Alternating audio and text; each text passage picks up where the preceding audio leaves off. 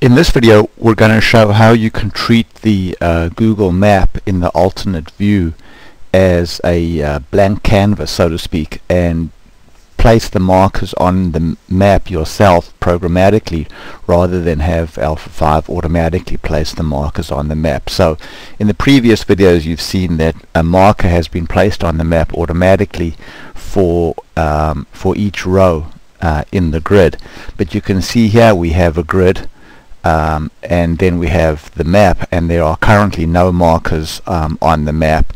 And then if I go, for example, over here and click this button that says show top 10 airports, I'm going to show the airports with the top 10 highest elevation airports in California. So I click the button, we do an Ajax callback, and the map gets populated with 10 icons over there. So let's go now and take a look at how we did this. So first we'll switch to design mode and then go to the properties of the alternate view, and you can see here if we scroll down on the alternate view definition, this checkbox here called place markers on map, which is on by default, has been turned off. So that just causes the map to display but no markers to be placed on the map, and you would do that when you want to do all of the placement of the markers yourself programmatically.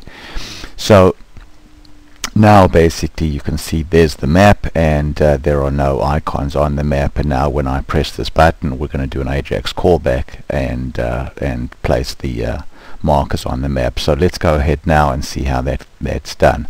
So I'm going to go now to fields, and I'm going to quickly just place a brand new button over here, and then go to the on click event and then add a new action, and you can see that in the list of action JavaScript actions there's an action called a Google Map method. So I'll choose that method over there, and now I can choose which map I want to automate. So there could be more than one map on the page, so I'll go here and choose the ID of the map that I want to talk to, which in this case is the alternate view map, and then I can choose the action that I would like to execute on that map. And this is the list here of the actions that can be automated through action JavaScript. So you can clear markers, you can add a marker to the map, and this is the most powerful of the actions. You can close an info box, you can close all info boxes, you can open an info box for, basically say you can go, for example, and open the info box for row number 3. You can center the map on an address, you can set the map zoom level, you can show a marker layer, so basically all of the markers on a map can have an associated logical layer name, and you can show or hide layers. So for example, a marker may be in the layer called bad credit risk customers or good credit risk customers, etc., and you can show and hide layers. You can hide a marker layer, you can bounce all of the markers on a layer, and you can bounce an individual layer.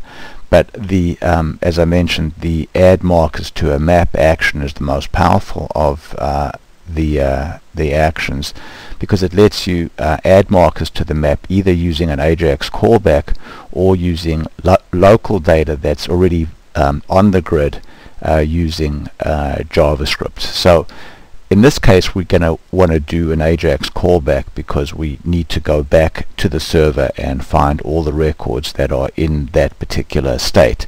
So next in the next video I'm going to show you how we actually wrote that Ajax callback function.